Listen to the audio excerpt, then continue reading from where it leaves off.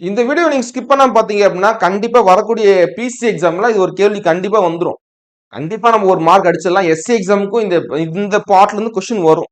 ஏன்னா 2025 26 இந்த காலகட்டத்துல முக்கியமா நடந்த விஷயங்களை தொகுத்து நம்ம படிக்கணும். அதான் வந்து பொது அறிவு வினான்னு சொல்லுவாங்க.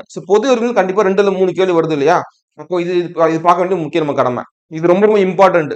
ஜிஐ ஓகேவா? ஜிஐனா என்ன? புவிசார் குறியீடுன்னு சொல்லுவாங்கப்பா. ஓகேவா?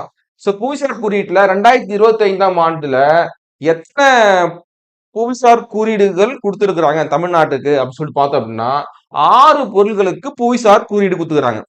புவிசார் குறியீடு பார்த்தோம்னா பன்ருட்டியில பலாப்பழத்துக்கும், அதே போல பன்ருட்டியில முந்திரி பழத்துக்கும், புளியங்குடியில எலுமிச்சம்பழம், விருதுநகர்ல சம்பா வத்தல், ராமநாதபுரத்துல சித்திரைக்கால் அரிசி, செட்டிக்குளம்ல சின்ன வெங்காயம். இந்த 6 தான் ஜிஐ இண்டெக்ஸ் கொடுத்துருக்காங்க. ஓகேவா? புவிசார் குறியீடு.